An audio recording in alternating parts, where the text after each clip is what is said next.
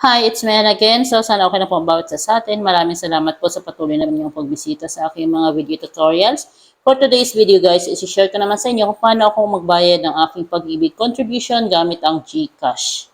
Panoorin mo ng buong maikling video na ito at kapag nagustuhan mo, pakita man ang like and then subscribe pati ng notification bell kung bago ka pa lang para updated ka pa sa aking mga susunod na video tutorials. At kung gusto pa ng maraming video tutorials, nasa description box yung ating mga link. At kung may gusto kang i-video natin o may katanungan ka, maaari may comment below, baka sakaling magawa natin ng video or masagot, gawin natin yung ating best. Thank you so much and enjoy watching guys. Punta ka lang sa iyong GCash account and then click mo lang yung view all services. So guys, make sure lang na may fund kayo para dire-diretso ang inyong pagbabayad. So click lang natin yan. And then, punta tayo dito sa government.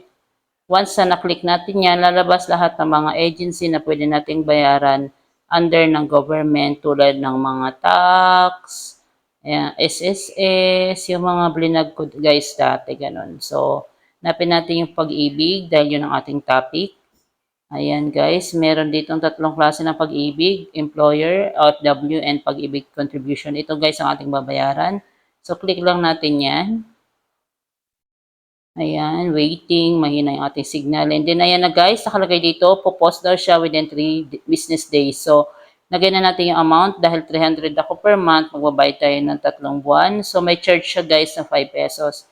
And then, type lang natin yung select type, members, lagyan natin, members contribution, ayan yung lalagay natin. And then, click lang natin yan. So, account number, tinakpan ko na lang yan guys. So, depende sa inyo kung ano yung ilalagay nyo. Ibibigay naman sa inyo ng pag-ibig yung account number nyo. 12 to 20 digits. And then, ilagay na natin kung anong day, anong month natin siya gustong bayaran dahil yung akin April, May, and June. So, April 1 yung aking sinelect. April 1, 2024 hanggang sa June 31, 2024. So, para 3 buwan siya, guys. Lagi akong 3 months eh. So, depende sa inyo. Pwede rin namang 1 taon. Ayan. Okay na, guys. And then, okay lang natin yan. And then, i-click lang natin yung okay, para madiretso tayo sa confirmation. So guys, pag nagbabayad tayo ng GCash, lagi may confirmation sa baba. Tinatanong na yan kasi kung sakto yung ating mga nilagay na details. So meron din yan guys, email para i-email sa yung resibo. So tinakpan ko lang din guys. Maganda yan para kapag magka-problema, pwede mong ipakita yung resibo mo ng GCash at yung email. So click lang natin yung confirm sa baba. Nakalagay yan. Confirmation. So, may plus 5 pesos kaya 905 pesos. And then, i-click na natin yung okay. Kapag okay na guys yung iyong mga details kung sure ka na. Kaya, i-double check mo kasi sayang din naman.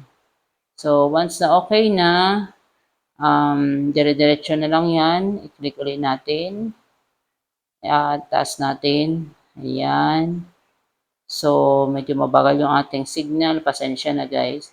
So, ayan, save mo na lang yung iyong resibo. Matulad nga ng sabi ko, mahalaga kasi na meron tayong resibo. So, ganun lang guys, kadaling magbayad ng pag-ibig contribution gamit ang ating GCash account. Yun lamang po. At kung nagustuhan yung video na ito, pakita man po ang like and then subscribe. Thank you so much po and see you po sa aking susunod na video tutorials. God bless!